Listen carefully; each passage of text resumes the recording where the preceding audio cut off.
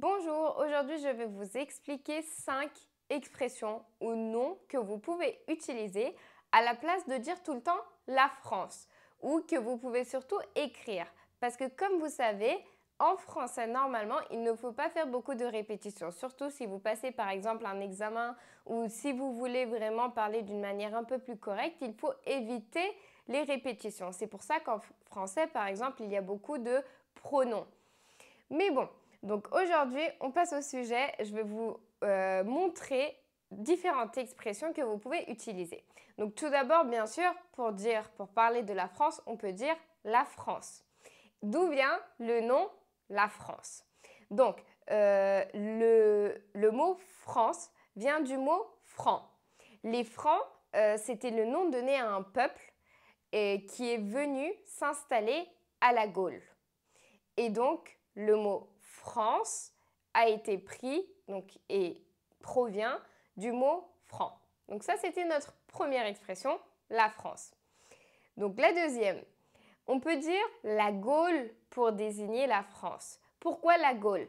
Justement parce que, comme je vous ai dit, les Francs ils sont venus s'installer à la Gaule. Et la Gaule, en fait, si on regarde un peu la carte, c'est à peu près où est située aujourd'hui la France. Bon, ce n'est pas exactement les mêmes frontières, mais on peut quand même utiliser le mot la Gaule pour désigner la France. Donc en troisième, moi c'est celui que je préfère vraiment parce que je pense que c'est un symbole aussi. On peut dire l'hexagone pour la France. Et ce mot, moi je pense que c'est celui que vous allez le plus rencontrer, surtout dans les informations ou dans les livres, quand vous parlez même, vous pouvez entendre à la télé, etc. Vous pouvez entendre le mot hexagone à la place de la France. Par exemple, beaucoup de coupures d'électricité sont attendues dans l'hexagone. Donc ça, c'est quelque chose que vous pouvez entendre et d'ailleurs, je vous mets ici une petite information, un petit exemple. Pourquoi l'hexagone? Donc un hexagone, c'est un polygone qui a 6 côtés. Et si vous regardez bien la carte de la France, vous pouvez voir qu'en fait, c'est comme s'il avait 6 côtés. Et c'est pour ça qu'on va dire l'hexagone. Numéro 4, le pays des droits de l'homme et du citoyen.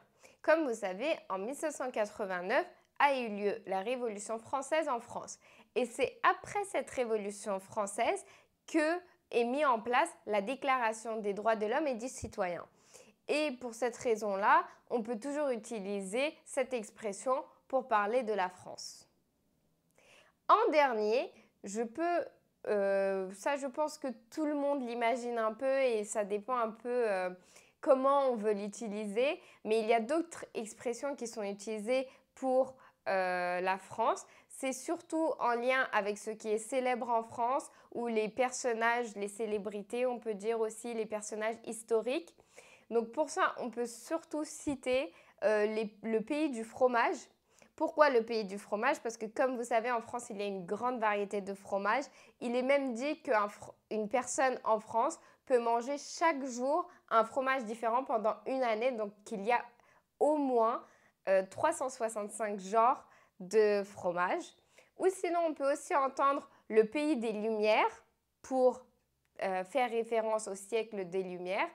Ou sinon, on peut aussi entendre le pays de Molière. Comme vous savez, on dit aussi la langue de Molière. Donc, on trouve aussi dans certains écrits que le pays de Molière est utilisé pour parler de la France.